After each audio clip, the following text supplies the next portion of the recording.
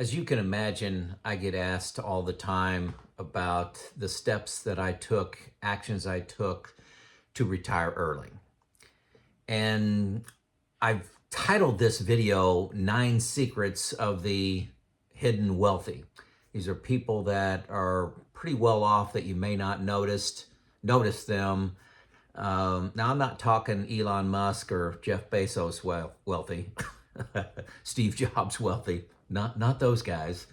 But what are the everyday millionaires, the people that you may not even notice have a few $1,000,000? What did they do right in their life? What were those steps?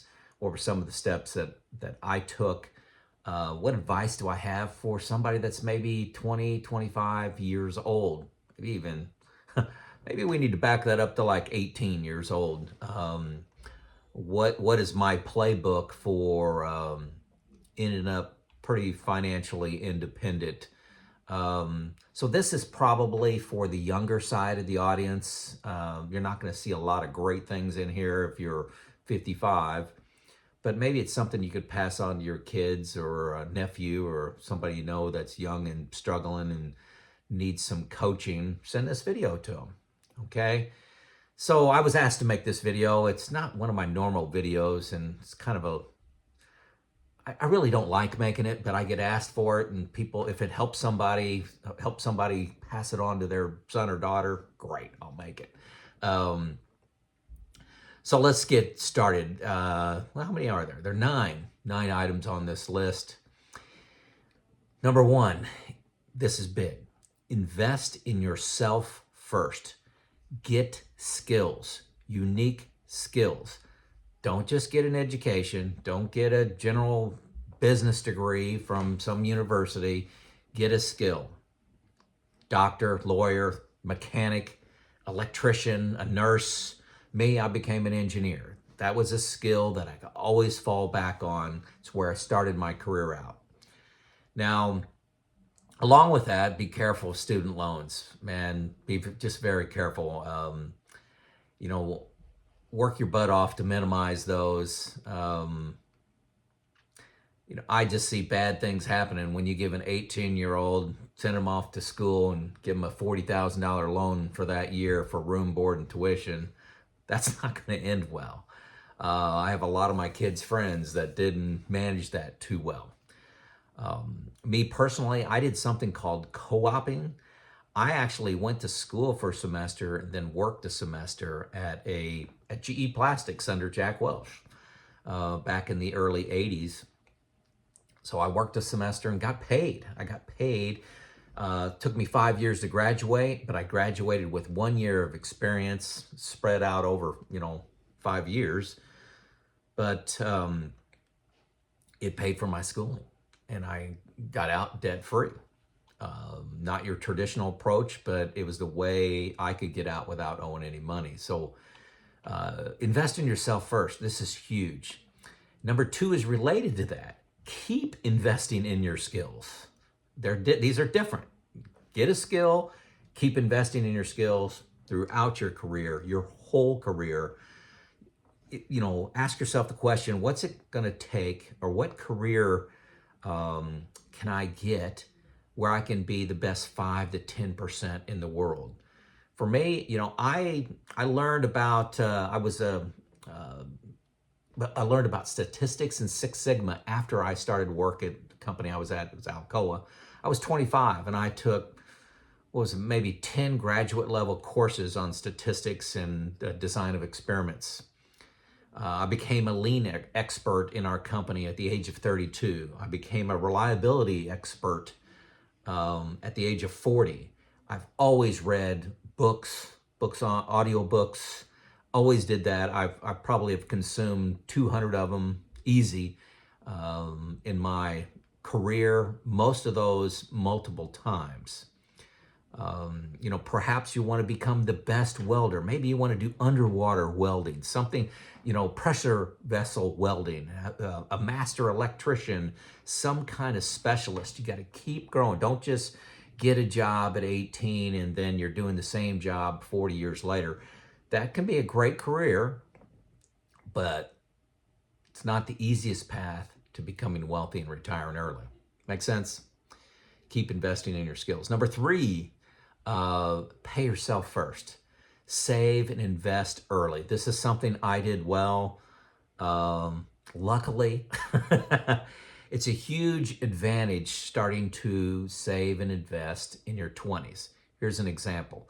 If you save and I did this on my phone on an app, if you start saving $500 a month for 40 years at 9% return, that's $2.3 million. $500, 40 years, $2.3 million. You invest $2,000 a month for 20 years. So you start later, get the same 9%, you got 1.3 million. Almost half the money. And a lot of you may be thinking, hey, I'm just starting out. I don't have much money. I can't save. It's going to be easier for me to save in my 30s and 40s. Well, ask your parents. It doesn't get easier later. You have kids, you have stuff you want to buy, you have house issues, inflation, lifestyle creep. You got a lot of stuff coming at you. It's not going to get that much easier later on. Just start and forget about that money. Forget about that money. Life happens. I started when I was 22 years old. I put 9% in my 401k. I got a 6% match, so I'm saving 15%. I ended up at about 24%. I think somewhere in that range, 24% when I retired, what I was saving. Each promotion, each increase, each job change I had where I got a little more money, I kept inching up what I was saving. And to me, that was key, taking the long view there. Number 4, never stop investing. Don't panic, just keep buying, okay? So don't ever think this time is different, just keep buying. If you think the stock market's coming to an end, just keep buying, okay? That's what I did. Number 5, I was a boring investor. I just bought mutual funds. We didn't have index funds back when I started, so I was in American funds and just kept buying. Boring, didn't do anything exciting. Now, it's okay, I think, when you're in your 20s and 30s. I wouldn't have said this a couple years ago. But if you want to put 10, 20% into some, concentrated stocks like Apple, Nvidia, Amazon, if some high-tech things, some robotics companies, Kathy Wood type of investments, I think that's okay. I didn't do this. I wouldn't do it again. But but one of my kids, not my oldest, my youngest boy, who's 30 now, he did that and he's just freaking killing it.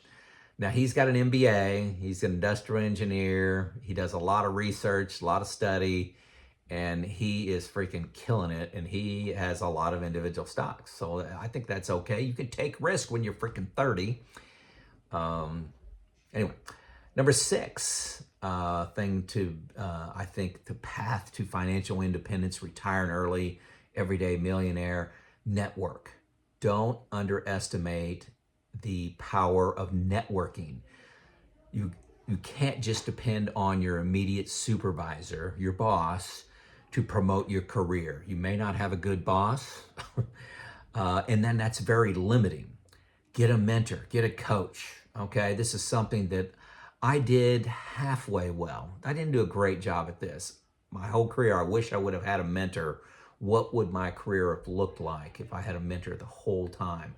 Get a mentor, get 2 or 3 mentors. It's okay to have 2 or 3 mentors. Get a mentor outside of your business, okay? Somebody that you run into outside of work. Maybe it's through a professional organization, but build your network.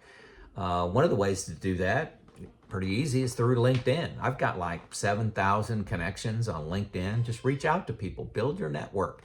Make connections, set up phone calls, ask for a mentor. Maybe it's just a virtual mentor. But networking is huge, huge. My son-in-law is going to the Kelley School of Business, and he's got 50 people in his cadre of people going through this MBA program. and mentor, you're around some high-powered, high potential, hardworking, successful people. Get to know them all. Get to know them all. That network is going to be priceless to you over the years. Number 7, take career risk. Accept a new challenging job, something you may not know a lot about. One of the assignments I took was, I was plant manager of an aerospace division. We made jet engine parts. I knew nothing about making jet engine parts, but had to learn real quick. I had some good production skills, some good engineering skills, and we're able to drive some pretty good change there. So taking risk with a job, start a business, invest in real estate. Bottom line, the safe path, one that, you come into work and you know how to do your job every day. You've been doing it for 10 years. That's not the path to wealth. It's going to be good. Could be good.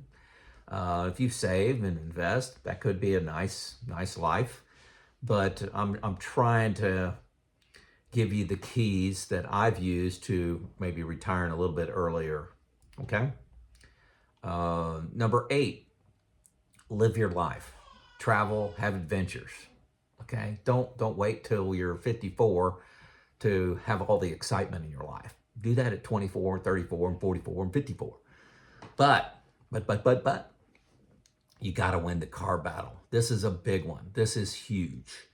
So many people, they start making money, they buy a new car, they buy an $80,000 pickup truck.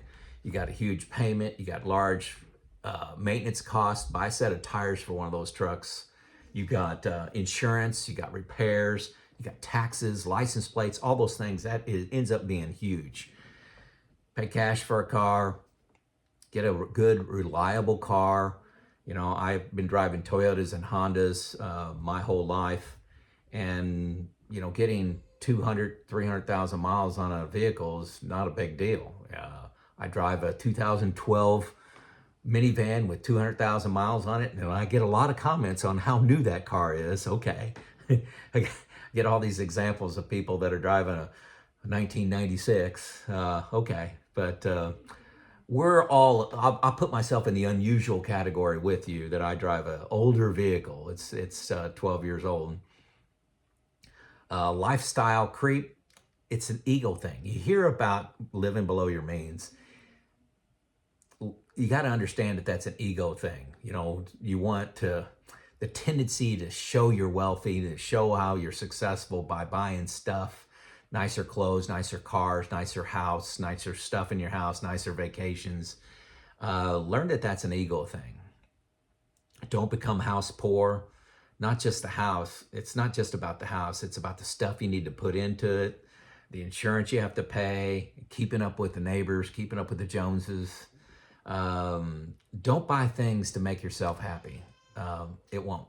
Okay. And number 9, calculate and design when you have enough. This is about, everything, all 8 things are about building, but then eventually you're going to have to jump off the wagon. And I retired at the peak of my career, my peak earning years. My kids were out of the house. I could have saved so much money those last couple years, but I did not retire from something. I retired to something. I got excited about my next adventure, what I was going to do with my time when I had total freedom.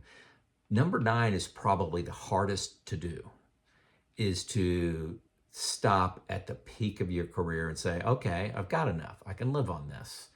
And I want to control my time. The safe thing to do, the easy thing to do, the financial thing to do is to keep working 1 more year or 2 more years. But again, it takes a risk to jump off the hamster wheel and start a new journey. So number 9 is the hardest. So folks, is your story different than this? I just kind of highlighted my story, my 9 pieces of advice for retiring early. This is my journey, not necessarily a recipe, but maybe you've learned something. Pass this on to somebody in their 20s and 30s. This is Joe out.